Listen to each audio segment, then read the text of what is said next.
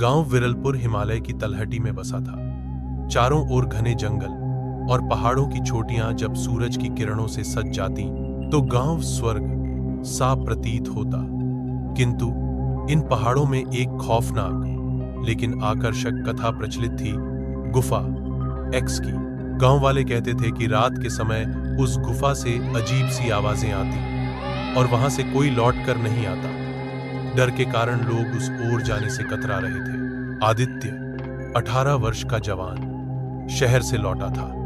पढ़ाई के सिलसिले में कुछ साल शहर में बिताना पड़ा, लेकिन अब वह गांव लौट आया। उसके मन में शांति थी, पर गांव वालों का भय उसे परेशान कर रहा था। इस भय को चुनौती दी, अगर गुफा में सच में कोई रहस्य है तो मैं वह खुद उजागर करूंगा। उसकी बात सुनकर कुछ बूढ़ों ने चेताया, बेटा तुम बड़ी मुसीबत में पड़ सकते हो। लेकिन आदित्य ने हार नहीं मानी। एक सुबह सूरज की पहली किरणों के साथ आदित्य, दो मित्र नील छोटी उम्र में साहसी और राधा समझदार और निडर को साथ लेकर उस गुफा की ओर निकल पड़ा। उन्होंने अपने बैग में टॉर्च, रस्सी, खाना और प्राथमिक चिकित्सा सामग्री रखी थी। रास्ते में डरावनी आवाजें अचानक बंद हो जाती, पक्षी उड़कर दूर चले जाते थे और एक गहरी चुप्पी पस जाती थी। गुफा के मुंह पर पहुंचकर वे थर थर कांप रहे थे, लेकिन नील ने उत्साह से कहा, अंदर चलो, डर के आगे जीत है। तीनों भीतर गए। गुफा के अंदर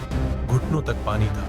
दीवारों पर चित्र बने थे, कुछ अजीब आकृतियां, जटिल ज्यामितीय चिन्ह। राधा ने कहा, यह कोई साधारण गुफा नहीं, यह किसी रहस्य की कुंजी हो सकती है।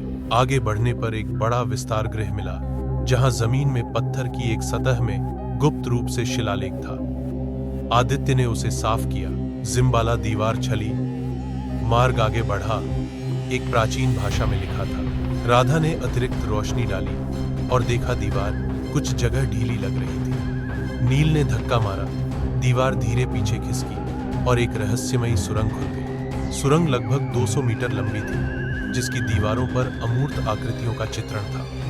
बीच बीच में मिट्टी के दीप जलाए गए थे, कई वर्षों से अमर रहस्यों की गवाह।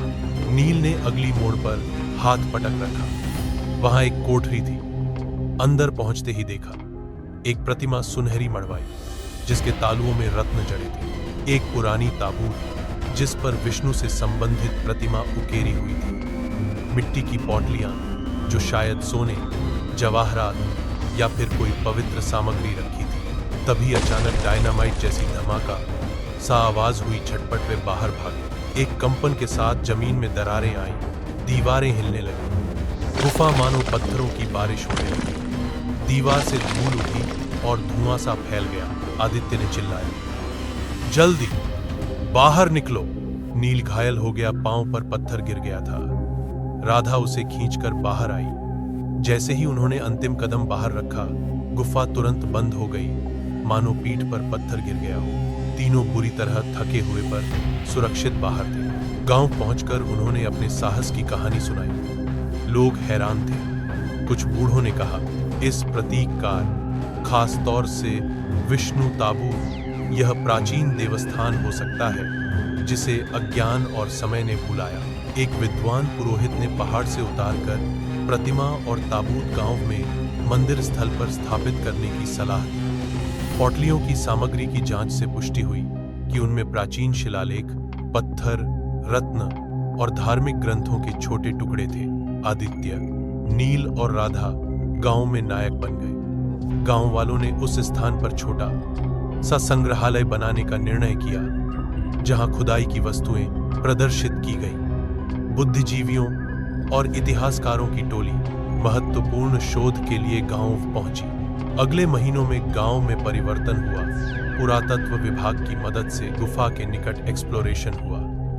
पर्यटन बोर्ड ने उसे एक हेरिटेज साइट घोषित किया। गांव के बच्चों को अब खेतों में ही नहीं, साथ ही इतिहास स्थान में काम करने का अवसर मिला। आर्थिक रूप से गांव समृद्ध हुआ। होटल, गाइड सेवा, स्थानीय हस्तशिल्प और होमस्टे पर्यटन से आमदनी बढ़ी। आदित्य ने कहा, इस यात्रा ने मुझे सिखाया, डर को मात देने पर ही महानता मिलती है और असली खजाना बाहरी नहीं, अपनी अंदरूनी जिज्ञासा है। नील और राधा ने बदलाव की इस लहर को गांव में शिक्षा का धागा जोड़ दिया। गांव में विद्यालय में इतिहास और विज्ञान की पाठशाला शुरू हुई। युवा लोकजीवन और पुरातत्व में रुचि लेने लगे। यह कहानी बताती है कि अज्ञात से डरना साधारण है, किंतु ठीक उसी अज्ञात से रोशनी मिलती है। एक साहसी की एक पहल पूरे समुदाय को उजाला दे सकती है। रहस्य और इतिहास का संगम नई आशा और अवसरों की सीढ़ी बन सकता है।